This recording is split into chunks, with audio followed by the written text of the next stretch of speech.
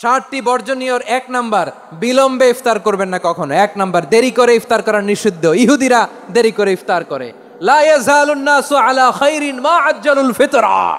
বিশ্বনবী বলেছেন, এই উম্মত যতদিন আগে আগে ইফতার করবে, এই উম্মতের কপাল থেকে কল্যাণ কেউ ছিনিয়ে নিতে পারবে না। চিল্লায় বলেন ঠিক কি না? আজানের জন্য বসে থাকবেন না, সময় দেখবেন। স্থানীয় সময় যখন সূর্যাস্ত হওয়া মাত্রই বিসমিল্লাহ, খেজুর খেয়ে ফেলবো। পারবেন তো নাকি দেরি করবেন? 2 নাম্বার, রমাদানের পবিত্রতা বজায় রাখবো। কোনো তর্ক বিতর্ক অশ্লীলতায় আমরা জড়াবো না, ঝগড়া করবো না, সরাসরিও না, ফেসবুকেও না।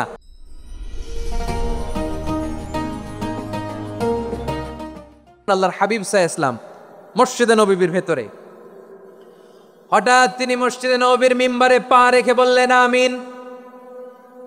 দ্বিতীয় ধাপে পা রেখে বললেন আমিন। তৃতীয় ধাপে পা রেখে বললেন আমিন। সাহাবারা অবাক হয়ে বললেন, ইয়া রাসূলুল্লাহ, ইয়া হাবিবাল্লাহ, 3 বার শুধু আমিন আমিন পড়লেন, কেন পড়লেন আমরা কিছু জানি না, আমাদেরকে জানিয়ে দেন কেন আপনি 3 বার আমিন বললেন।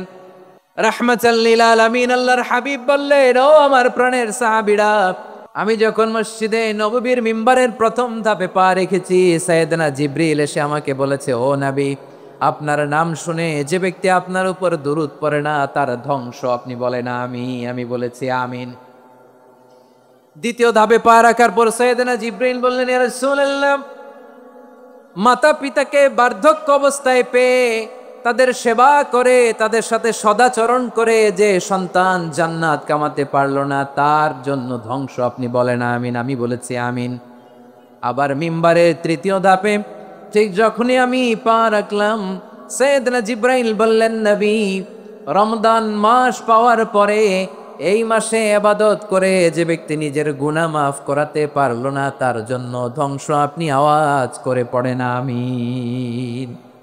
কত বড় ধমক, কত বড় ওয়ার্নিং দেখছেন! যে রমাদান পেয়েছে কিন্তু রমাদানের ইবাদত করার মধ্য দিয়ে সে নিজেকে জাহান্নাম থেকে মুক্ত বানাতে পারলো না, তার উপর আল্লাহ লানত, তার জন্য ধ্বংস। সাইয়েদনা জিবরাইল বলেছেন আমিন, স্বয়ং বিশ্বনবীও বলেছেন আমিন। আওয়াজ করে পড়েন নাউযু বিল্লাহ। তাহলে রমজান আসবে আর আমরা নিজেদেরকে জাহান্নামীদের লিস্ট থেকে নাম কাটিয়ে জান্নাতীদের লিস্টে উঠাতে পারবো না। এর চেয়ে বড় হতভাগা কি আর কেউ থাকতে পারে? আওয়াজ করে বলেন। তাহলে রমাদানের এই রহমত, বরকত, মাগফিরাত, ফজিলত আমাদের কামাই করার দরকার আছে না নাই?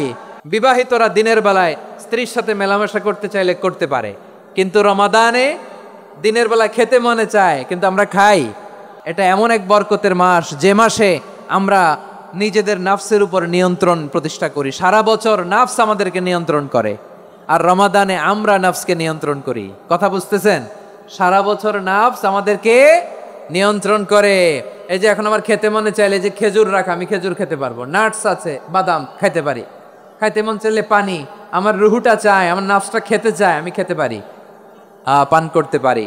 তৃষ্ণায় গলা ফেটে যায়, গলার ছাতি ফেটে যায়, কিন্তু এক ঢোক পানি কি আমরা গিলি? বিবাহিতরা দিনের বেলা স্ত্রীর সাথে কি মেলামেশায় যায়? না। তার মানে সারা বছর নফস আমাদেরকে নিয়ন্ত্রণ করে, আর রমাদানে এই নফসের উপর আমরা নিয়ন্ত্রণ প্রতিষ্ঠা করি। নফসের লাগাম আমরা রমাদানে টেনে ধরে, চিল্লায় বলেন ঠিক কি না? এজন্য আমার প্রিয় ভাইয়েরা, নফসের উপর নিয়ন্ত্রণ নিতে চাইলে রমাদানের রোজার কোনো বিকল্প নাই। এটা এমন মাস যে মাসের ফজিলতেরও কোনো শেষ নাই। এই মাসকে বলা হয় দ্য মান্থ অফ হোপ। এটা আশা জাগানিয়া মাস। রমজানের কথা শুনলে আশা জাগে না হৃদয়ে? হ্যাঁ, ইদা জা রমাদান ফুতিহাত আবওয়াবুস সামা ওয়া গুল্লিকাত আবওয়াবু জাহান্নাম ওয়া সুফিদাতিশ শায়াতিন। রমাদান আসলে আকাশের দরজাগুলো খুলে দেওয়া হয়, মানে জান্নাতের। জাহান্নামের দরজাগুলোকে লক করে দেওয়া হয়, শয়তানকে চেইন আপ করা হয়। ইবাদত করলে শুধু করতেই মনে চায়। চিল্লায় বলেন না সুবহানাল্লাহ। রমজানে ইবাদতে যেই মজা পাওয়া যায়, সারা বছর অন্য কোনো মাসে এই মজা আপনি পান? আমার চাঁপাইনবাবগঞ্জের ভাইরা আওয়াজ করে বলেন না, রমজানে ইবাদতে যেই মজা অন্য মাসে এটা পান? কারণ রমজানে ইবাদত করলে সওয়াবও বেশি, ইবাদতের একটা পরিবেশ থাকে, ঠিক কিনা বলেন? অন্য মাসে ইবাদত করলে এর সওয়াব পাওয়া যায় গাণিতিক হারে, রমজানে ইবাদত করলে সওয়াব বাড়তে থাকে জ্যামিতিক হারে। সুবহানাল্লাহ কইবেন না? অন্য মাসে সওয়াব বাড়ে গাণিতিক হারে, রমাদানে ইবাদত করলে সওয়াব বাড়ে কিভাবে জ্যামিতিক হারে বাড়ে দেখেন। রমাদানে একটা নফল করলে ফরজের সমান সওয়াব, একটা ফরজ করলে 70 থেকে 700 গুণ সওয়াব, রমজানে ওমরা করলে হজের সমান সওয়াব। সুবহানাল্লাহ নাই? দ্য মান্থ অফ হোপ, আশা জাগানিয়া মাস। এই মাস আমাদেরকে হোপফুল করে, আশাবাদী করে।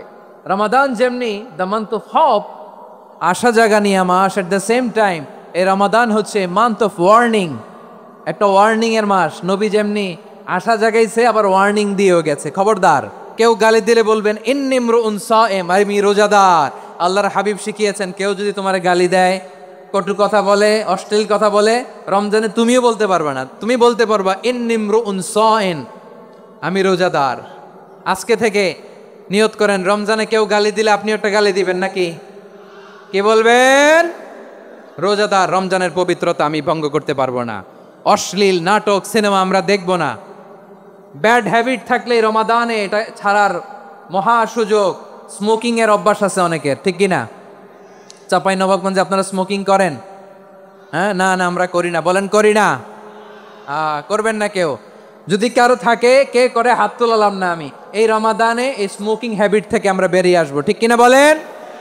3 নাম্বার, আমরা মিথ্যা বলবো না। বিশ্বনবী বলেন মানলাম ইয়াদা কাওলা যুরি ওয়াল আমালা বিহ ফালাইসা লিল্লাহি হাজাতুন ফি আইয়াদা তাআমাহু ওয়া শারাবা। যে রমজানে মিথ্যা কথা, মিথ্যা কাজ, মিথ্যা সাক্ষী ছাড়তে পারে নাই, তার না খেয়ে থাকা, উপবাস থাকা দিয়ে আল্লাহর কিছু যায় আসে না। এজন্য মিথ্যার সাথে আমাদের কোনো সম্পর্ক আছে? মিথ্যা বলবো না। 4 নাম্বার, অপচয় করব না। ইন্নাল মুবাদদিরিনা কানু ইখওয়ানাশ শায়াতিন ওয়া কানা শাইতানু লিরাব্বিহি কাফুরা। অপচয়কারী শয়তানের ভাই। আচ্ছা, যে শয়তানের ভাই ও নিজেও আরেকটা কি? শয়তান। যে শয়তানের ভাই ও নিজেও আরেকটা কি? অপচয় করব না। ইফতারি করতে যে আমরা অনেকে অপচয় করি, এগুলো করবেন আপনারা?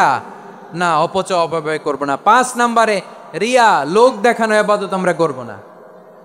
লোক দেখানোর জন্য নামাজ, রোজা, জিকির, তেলাওয়াত, দান, সদকা এগুলো করলে আল্লাহর দরবারে এগুলো কবুল হবে? বিশ্বনবী বলেন দাজ্জালের ফিতনার চেয়ে একটা বড় ফিতনার ভয় আমি করি, সেটা কি? আর রিয়া, শো অফ মেন্টালিটি, লোক দেখানো মানসিকতা। এটা থেকে আমরা বিরত থাকবো ইনশাআল্লাহ।